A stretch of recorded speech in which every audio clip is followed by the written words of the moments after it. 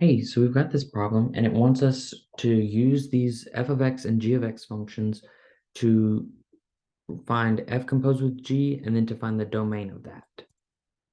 Alrighty, so part A wants us to find f composed with g of x. All right, f of x is equal to 1 over x. G of x is equal to square root of x plus 2. All right. So f of g of x means we're going to take our g of x function and plug it into f of x. So everywhere we see an x in our f of x function, we're going to plug g of x, the whole function where it should be.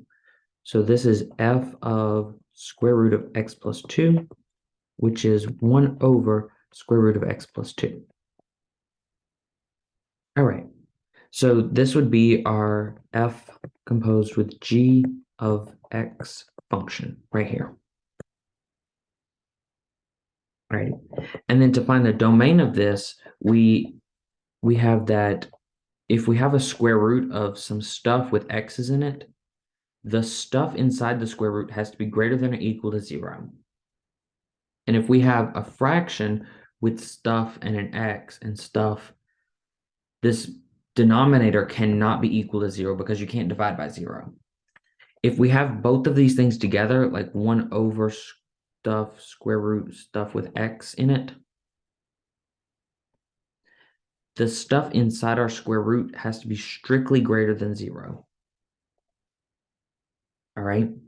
So that's what we have here. Our function says 1 over square root of x plus 2.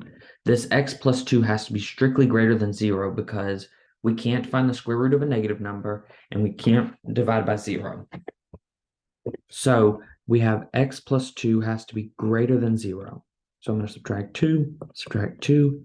X has to be greater than negative 2. This tells me my domain. So my domain